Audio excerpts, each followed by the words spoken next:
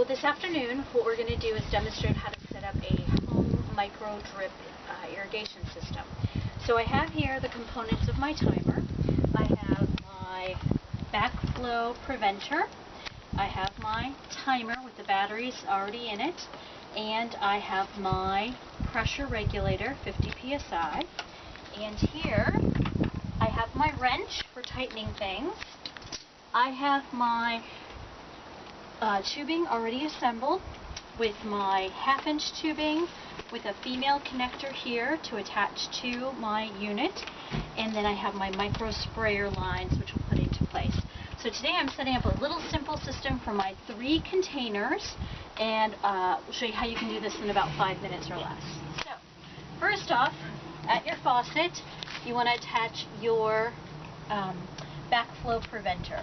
This prevents water in the tubing from going back into the water system of the house. So you see I just twisted it on, hand tightened it right there to the faucet. Now, you can test that it's working by just turning on your faucet, operates as normal, okay? Next we're going to attach our timer. Now the timer has a filter in it to prevent microparticles from clogging it. It's a simple, just twist on like you would a hose connection. There we go. Hand tighten, okay? Now you can see on my display here that I have my timer set, and it's currently going to run for 3 minutes. Now this is my backflow preventer. It has a nice seal in there to make sure we have a nice tight connection. Now on this side there's 2 outlets. This is station 1. I'm going to attach the tubing there for my drip irrigation system. But I can attach a hose over here and water other plants in the landscape. We'll talk about that more later.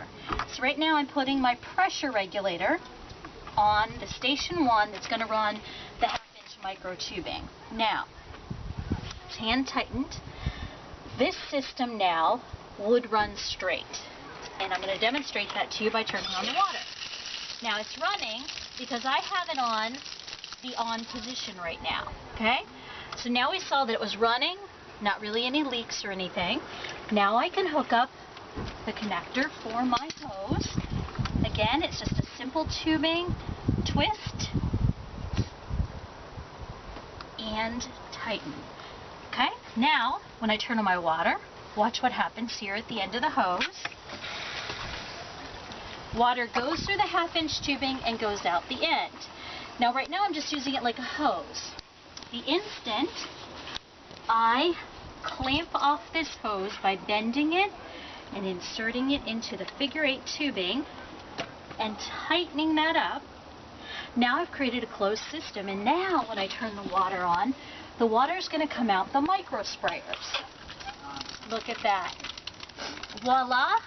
My irrigation system. Now all that's left to do is, while it's running, put my plants in position.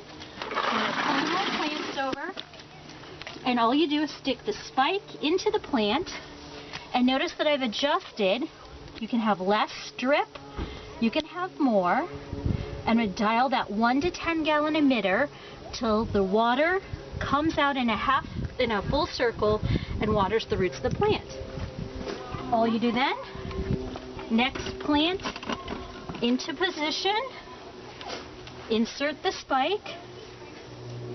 Again, see how it's going over, so I'm going to dial it down a little bit so the water stays within the pot. And last but not least, my 3rd pot into my system. Angled so we're watering the plant. There you have it. That's a simple home drip irrigation system. My timer is set to run for a certain number of minutes. This has 1 minute left. What we're going to hear is when the water clicks off, then you will hear a click inside the timer and the water will stop. So we're going to wait for that to happen. Last but not least, sometimes the pressure in this system coming out of my hose, out of my faucet bib, is 90 psi. That's why I have a 50 psi regulator to make that pressure less. There was the click, and notice that the water has stopped coming out of the drip emitters. So that's an easy way to set up a home system. The only other thing I did in prep was I put my batteries into my timer and set my timer while I was indoors. And I had punched the holes and put the tubing together, and we'll show you that in a separate video. Thank you. Hit off. Hi, I'm Leanna Dono, a Durham County Extension Master Gardener Volunteer, and today we're demonstrating how to actually make the micro sprayer lines that are part of your container micro sprayer drip system. So in the previous video we showed you how the whole system worked, and we showed you how to connect up the different pieces of the system. And I said that I had actually assembled my drip lines in advance. So what I'm working with now is an adjustable 1 to 10 gallon drip emitter. This is how they come from the store. They're about $1 a piece. The little spike point is what you put into the plant pot. Up here we have the little dial that you dial up and down to emit more water or less water. This little nib is part of the emitter itself, and this is what I'm going to attach the tubing to. This is actually the barb. It has 2 ends because it'll connect one end of the tubing to the 1/2 inch tubing. I'll explain it. So the first thing you do is you want to go ahead and twist the barb off of the stake. Okay? So now I have the stake, which will have a piece of tubing here. It'll go into this one end of the barb. That'll have the other end of the tubing, and then we'll push the whole piece into the 1/2 inch tubing. Now you'll notice that what I have here is my cup of hot water heated in the microwave to boiling water, and that I have the 2 ends of my 1/4 inch micro tubing. Now the reason we put it in the hot water to soak for a few seconds is it softens the plastic so that you can get a really good seal on the barbs and nibs. Okay? I also have my punch. Notice that this punch is just the depth of this 1/2 inch tubing. Now that's how I'm going to make the punch when we put the actual tubing pieces together. And I have a pair of shears or scissors that are sharp to cut the plastic with. Okay? So let's see if the tubing has heated up enough. Ah, very flexible. Now, this one piece of tubing is cut on an angle, so I'm just going to trim it here so I have a nice flat piece of tubing to go on. So, one end of the tubing, doesn't matter which end, I'm just going to slip onto that nib. So I fit it right into the hole in the tubing, and I shove, and it cozies right up next to the edge of the plastic. See, it won't come off, and it was very easy to do, just normal hand strength will work, okay? Because I softened it first. So now I have an emitter on one end, I have an empty end. On this end, I'm going to want to put the barb.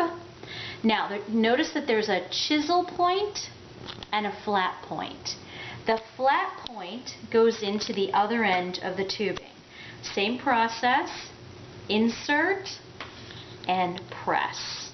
See how it fits really flat right up against the plastic of the barb. Okay? Now what we're ready to do, let's move the water out of the way.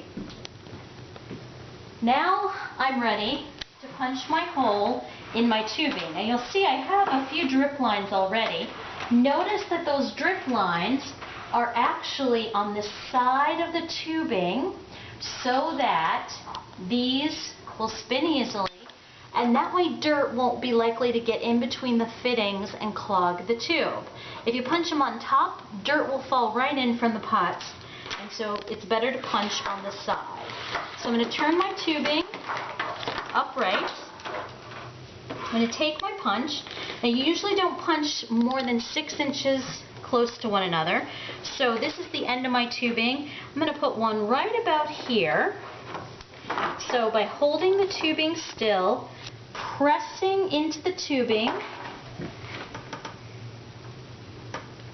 and there we go. Did you hear that pop? That means it's gone through.